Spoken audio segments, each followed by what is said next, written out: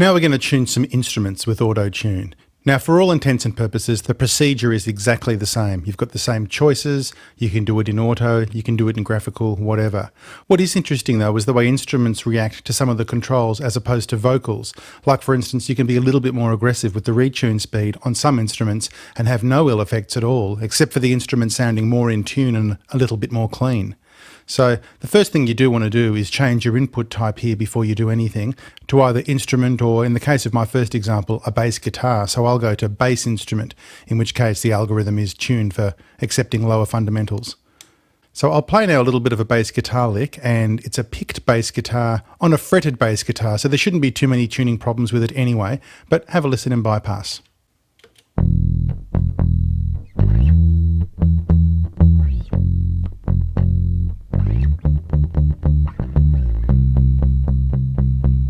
Okay, so as you can hear, it seems to be pretty much in tune. Let's put auto-tune on now, just in auto mode, and I'll leave it initially at this standard retune speed of 20. And just keep your eye over here on the meter just to see what auto-tune is doing with the input.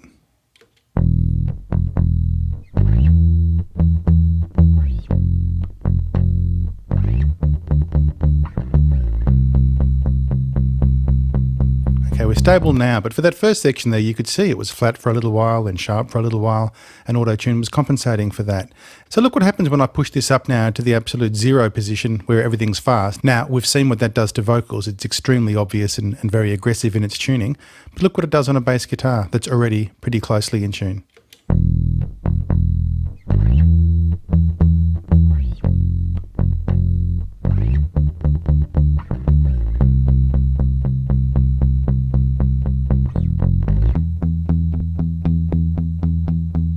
So apart from a few little artifacts there, one of those that went past was actually in the playing, but for all intents and purposes, it's actually relatively seamless. You don't hear it tuning like you do with a vocal. So in many ways, hiding in a dense rock track, you would not know that that was a tuned bass. It would just sit better harmonically and you'd possibly be better for it. Let's move on now to a cello. So what I'll do is change this from bass instrument because it's not that deep and just put it on the normal instrument setting and go back to 20 here. Now I'll bypass again and just let you audition this cello part.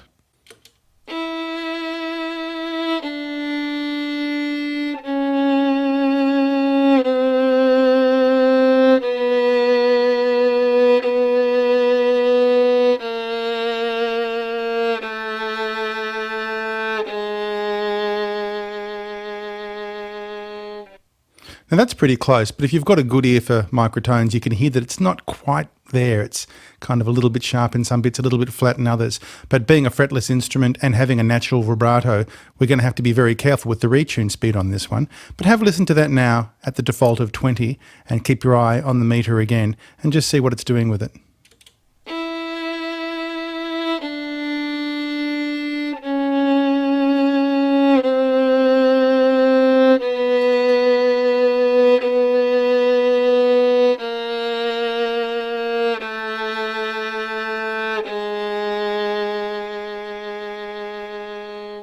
Now that might be a little bit too aggressive, though again in a mix you don't know, it might actually improve it in that respect. Let's put targeting ignores vibrato on now so auto-tune can become acutely aware of the vibrato in the track, and we'll go from there.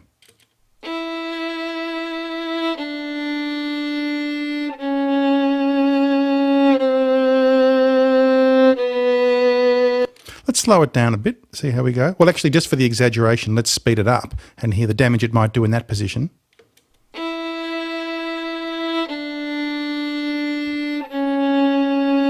Yep, so you can hear that it totally sucks the life out of it. And like the vocal, it starts to sound a little bit electronic. Let's slow that down below the default of 20 and go to even like 30.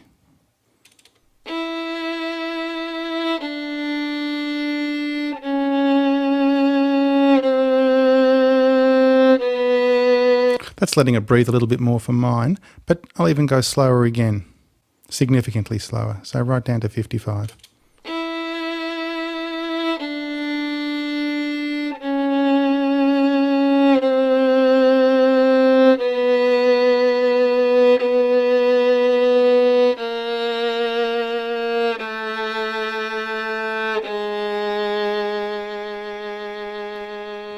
See, I like that. You still get that movement in the cello, that natural human movement, but it's certainly correcting the intonation on those steps down now, and it sounds a lot more pleasing.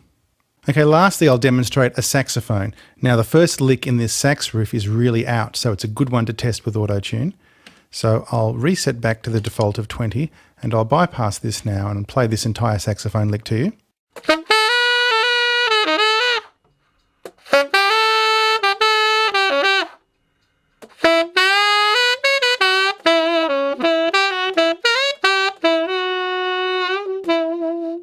Now the second and the third lick aren't too bad, but that first lick is really out. So I'll just play the first lick again. Okay, now take it out of bypass. Now this is just auto-tune as it instantiates in its default state. Okay, a little bit better, but now let's turn the retune speed up really fast. Okay, you can hear it glitching a little bit there because it's got a lot of work to do.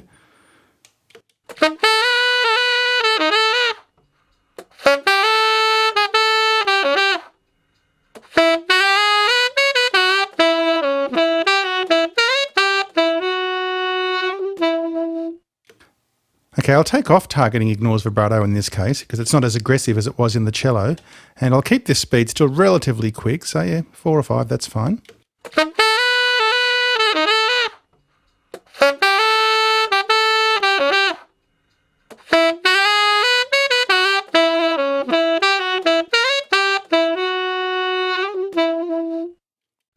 So that's done a pretty good job without even resorting to changing scale degrees and removing certain notes that aren't in there and so on. You know, compared to that opening lick from to this.